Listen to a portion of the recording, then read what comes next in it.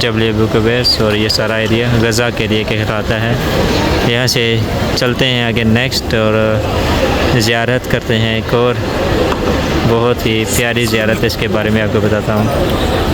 यहाँ से अगर आप गज़ा साइड से आप आते हैं तो आगे बाबू सलाम 17 नंबर गेट है, जहाँ से खाना काबा का दीदार होता है। अगर आप पहले की तरफ उम्रा के लिए आ रहे हैं, बहुत ही क्या ही नज़ारे हैं, क्या ही मंज़र होता है यहाँ से। अगर आप 17 नंबर गेट से आप एंटर होते हैं मस्जिद हरम की तरफ, ये सामने सफ़ा मरवा की बिल्डिंग है, और यहाँ नीचे से रास्ता जाता है अंदर हरम शरीफ, मस्जिद हरम काबा शरीफ की तरफ।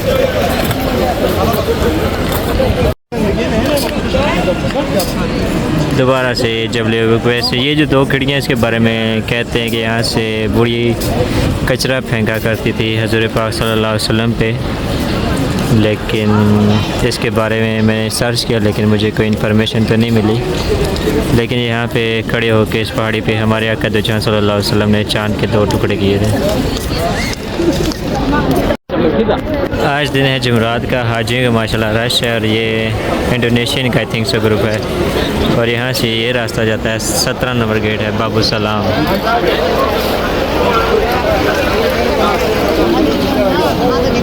और ये रास्ता जाता है आगे टावर की तरफ।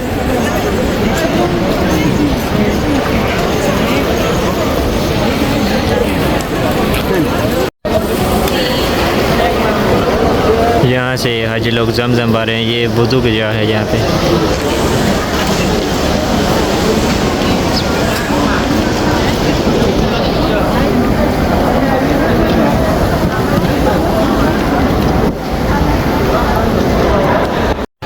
और इस साइड पे ये सफ़ा पहाड़ी है, और ये इस साइड पे जैसा कि मैंने बताया ये मरवा का एग्ज़िट है इस साइड पे, और यहाँ पे ये सफ़ा है। माशाल्लाह आज रश बहुत ज़्यादा है हरम में। चल के आगे और भी ज़ियारत करते हैं आज की वीडियो इंशाल्लाह तमाम दोस्तों के लिए। कहा जाता है यहाँ से हमारे आका दो जहां सल्लल्लाहु अलैहि वसल्लम हरम शरीफ की तरफ दाखिल हुआ करते थे। ये भी ज़ियारत है माशाल्लाह, ज़ियारत करें।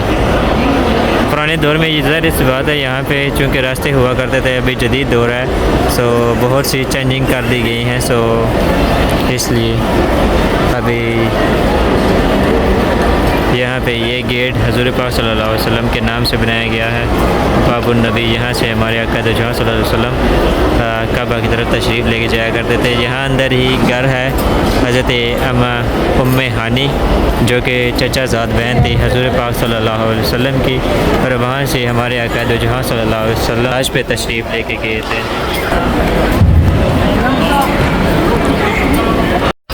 अभी मैं जा रहा हूँ आगे टावर की तरफ। ये जो यहाँ पे देखें ये सफ़ा की पहाड़ी है, यहाँ से सही स्टार्ट होती है। आप देख सकते हैं अंदर ये जो पहाड़ी है से सफ़ा है, यहाँ पे ये सामने आपको नज़र आ रही है।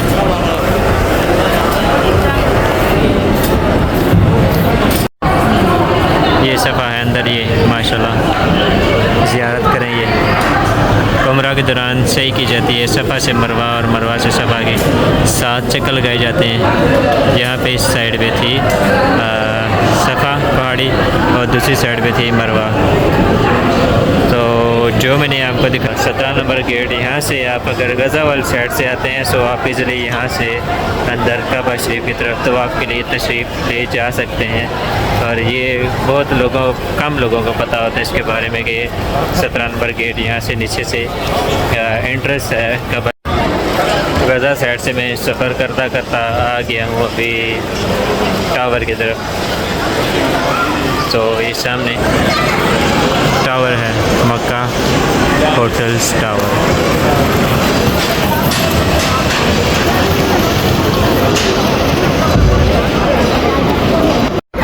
और ये है